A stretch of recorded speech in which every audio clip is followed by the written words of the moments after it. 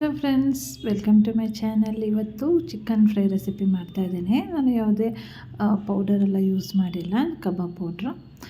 ಮನೆಯಲ್ಲೇ ಮಸಾಲ ರೆಡಿ ಮಾಡಿ chicken fry ಮಾಡ್ತಾಯಿದ್ದೀನಿ. ತುಂಬ ಚೆನ್ನಾಗಿರುತ್ತೆ, ಒಮ್ಮೆ ಮಾಡಿ ನೋಡಿ. ಬನ್ನಿ ಹೇಗೆ ಮಾಡೋದು ಅಂತ ನೋಡೋಣ. ಆದರೆ ಅದಕ್ಕೂ ಮೊದಲು ನನ್ನ ಚಾನಲ್ನ ಸಬ್ಸ್ಕ್ರೈಬ್ ಮಾಡಿ ನನಗೆ ಸಪೋರ್ಟ್ ಮಾಡಿ. ಮೊದಲಿಗೆ ನಾನಿಲ್ಲಿ ಒಂದು ಸಣ್ಣ ಪಾತ್ರೆಯಲ್ಲಿ ನೀರು ಬಿಸಿಯಾಗಕ್ಕೆ ಇಟ್ಟಿದ್ದೀನಿ. ಅದಕ್ಕೆ ಒಂದು 5-6 ಮೆಣಸಿನಕಾಯಿ ರೆಡ್ ಚಿಲ್ಲಿನ ಹಾಕಿ ಬಿಸಿ ಮಾಡ್ಕೊತಾ ಇದ್ದೀನಿ. ಈ ಥರ ಇದನ್ನು ಒಂದು ಕುದಿ ಬಂದಮೇಲೆ ಗ್ಯಾಸ್ ಫ್ಲೇಮ್ನ ಆಫ್ ಮಾಡಿ ಇಡ್ತಾಯಿದ್ದೀನಿ.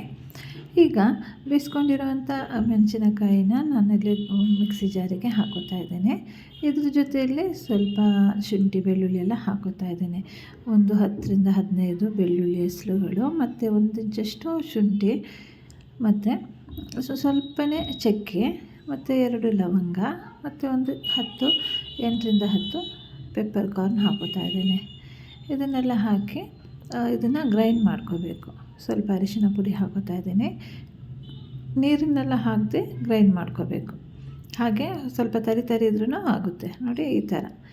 ಈಗ ಇದನ್ನು ನಾನೊಂದು ಬೌಲಿಗೆ ಹಾಕೋತಾ ಇದ್ದೀನಿ. ನೋಡಿ, ಈ ಥರ ಬೌಲಿಗೆ ಹಾಕ್ಕೊಂಡಿದ್ದೀನಿ. ಈಗ ಇದಕ್ಕೆ ಸ್ವಲ್ಪ ಕಾರ್ನ್ಫ್ಲೋರೆಲ್ಲ ಹಾಕೋಬೇಕು. ಒಂದು ಮೊಟ್ಟೆನ ಹಾಕೋತಾ ಇದ್ದೀನಿ ಫಸ್ಟು. ನಂತರ ಒಂದು 2 ಟೇಬಲ್ ಸ್ಪೂನ್ ಕಾರ್ನ್ಫ್ಲೋರ್ ಹಾಕೋತಾ ಇದ್ದೀನಿ. ಈಗ ಬೇರೆ ಯಾವುದೇ ಒಂದು ಕಬಾಬ್ ಪೌಡ್ರೆಲ್ಲ ಯೂಸ್ ಮಾಡಿಲ್ಲ ನಾನು. ಜಸ್ಟು ಇಷ್ಟೇ ಮಸಾಲದಲ್ಲಿ ಒಳ್ಳೆ ಚಿಕನ್ ಫ್ರೈ ಮಾಡ್ಕೊತಾ ಇದ್ದೇನೆ. ಇದನ್ನು ಮ್ಯಾರಿನೇಟ್ ಮಾಡಿ ಒಂದು ಅರ್ಧ ಗಂಟೆ ಆದರೂ ಇಡಬೇಕು. ಯಾಕಂದರೆ ಮಸಾಲೆಗಳೆಲ್ಲ ಚೆನ್ನಾಗಿ ಅಬ್ಸರ್ವ್ ಮಾಡ್ಕೊಳ್ಳುತ್ತೆ ಚಿಕನ್, ಅದಕ್ಕೋಸ್ಕರ.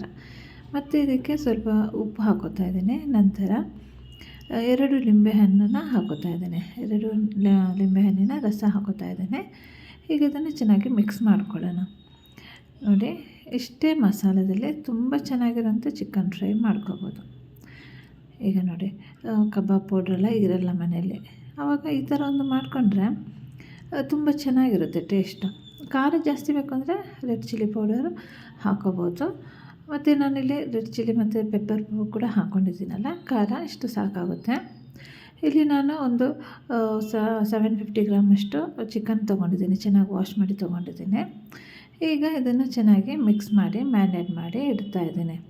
ನಾನು ಇದನ್ನು 2 ಅವರ್ ಹಾಗೆ ಬಿಡ್ತಾಯಿದ್ದೀನಿ. ಇಲ್ಲಿ 30 ಮಿನಿಟ್ಸ್ ಅಂದರೆ ಫ್ರೀಝರಲ್ಲಿ ಇಟ್ಬಿಡಿ. ಫ್ರೀಝಲ್ಲಿ ಇಟ್ಟಿದ್ರೆ ಚೆನ್ನಾಗಿ ಅಬ್ಸರ್ವ್ ಆಗುತ್ತೆ, ಚಿಕನಿಗೆ ಮಸಾಲೆಲ್ಲ ಚೆನ್ನಾಗಿ ಅಬ್ಸರ್ವ್ ಮಾಡ್ಕೊಳ್ಳುತ್ತೆ. ಅದಕ್ಕೋಸ್ಕರ ಒಂದು ಫ್ರೀಝರಲ್ಲಿ ಇಡಬೇಕು.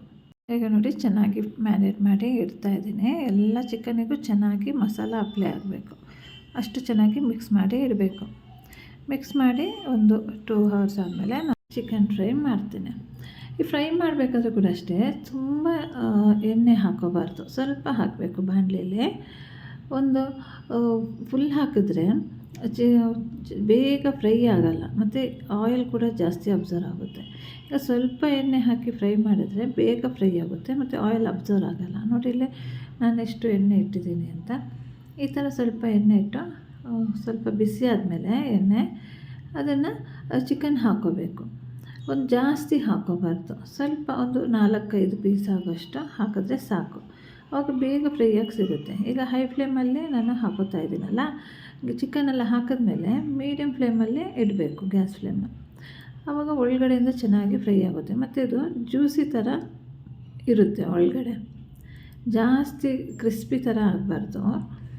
ಒಳಗಡೆಯಿಂದ ಜ್ಯೂಸಿಯಾಗಿರಬೇಕು, ಹೊರಗಡೆಯಿಂದ ಕ್ರಿಸ್ಪಿ ಇರಬೇಕು. ಈ ಥರ ಟೆಕ್ಸ್ಚರಿಗೆ ಬರುತ್ತೆ. ಇಲ್ಲಿ ನಾನು ಮೀಡಿಯಮ್ ಫ್ಲೇಮಲ್ಲಿ ಇಟ್ಟಿದ್ದೇನೆ. ಚೆನ್ನಾಗಿ ಫ್ರೈ ಆಗ್ತಿದೆ ಅಲ್ಲ ನೋಡಿ, ಒಂದು ಸಲ ಫ್ಲಿಪ್ ಮಾಡಿದೆ. ಈಗ ಲಾಸ್ಟಲ್ಲಿ ತೆಗಿಬೇಕಾದ್ರೆ ಗ್ಯಾಸ್ ಫ್ಲೇಮ್ನ ಹೈ ಮಾಡ್ಕೋಬೇಕು. ಹೈ ಮಾಡಿ ಒಂದು ಜಸ್ಟ್ ಒಂದು 1 or 2 ಮಿನಿಟ್ ಬಿಟ್ಟು ನಾವು ಚಿಕನ್ನ ತೆಗಿಬೇಕು. ನೋಡಿ, ಈ ಥರ ಚೆನ್ನಾಗಿ ಫ್ರೈ ಆಗಿರುತ್ತೆ. ಒಳಗಡೆ ಎಲ್ಲ ಚೆನ್ನಾಗಿ ಫ್ರೈ ಆಗಿರುತ್ತೆ ಮತ್ತು ಜ್ಯೂಸಿ ಥರ ಇರುತ್ತೆ. ಈಗ ಇದೇ ಥರ ಎಲ್ಲ ಚಿಕನ್ ಫ್ರೈ ಮಾಡ್ಕೊತಾ ಇದ್ದೀನಿ. ಮನೆಯಲ್ಲೇ ಈ ಥರ ಮಸಾಲ ರೆಡಿ ಮಾಡಿ ನಾವು ಚಿಕನ್ ಫ್ರೈ ಮಾಡ್ಕೋಬೋದು ಈಸಿಯಾಗಿ. ಹೊರಗಡೆಯಿಂದ ಪೌಡರೆಲ್ಲ ತಂದು ಚಿಕನ್ ಫ್ರೈ ಮಾಡೋ ಅಗತ್ಯ ಏನಿರೋದಿಲ್ಲ. ನೋಡಿ, ಈ ಥರ ಮತ್ತೆ ಚಿಕನ್ ಹಾಕೋತಾ ಇದ್ದೀನಿ. ಮತ್ತೇನು ಗೊತ್ತಾ, ಕಲರ್ ರೆಡ್ ಬೇಕು ಅಂದರೆ ರೆಡ್ ಕಲರ್ ಹಾಕೋಬೋದು. ರೆಡ್ ಫುಡ್ ಕಲರ್ ಬರುತ್ತಲ್ಲ, ಅದನ್ನು ಹಾಕ್ಬೋದು. ನಾನಿಲ್ಲಿ ಆರ್ಟಿಫಿಷಿಯಲ್ ಕಲರ್ ಯೂಸ್ ಮಾಡಿಲ್ಲ. ಇದೇ ಥರ ಜಸ್ಟ್ ನಾನೇನು ರೆಡ್ ಚಿಲ್ಲಿ ಬೇಯಿಸಿ ಹಾಕ್ಕೊಂಡಿದ್ದೀನಲ್ಲ, ಅದರ ಕಲರೇ ಚೆನ್ನಾಗಿ ಬರುತ್ತೆ ಫ್ರೈ ಆದಮೇಲೆ ನೋಡಿ. ಈಗ ಇದನ್ನ ಸೆಕೆಂಡ್ ಕೂಡ ಇದೇ ಥರ ಫ್ರೈ ಮಾಡಿ ತೆಗಿತಾ ಇದ್ದೇನೆ.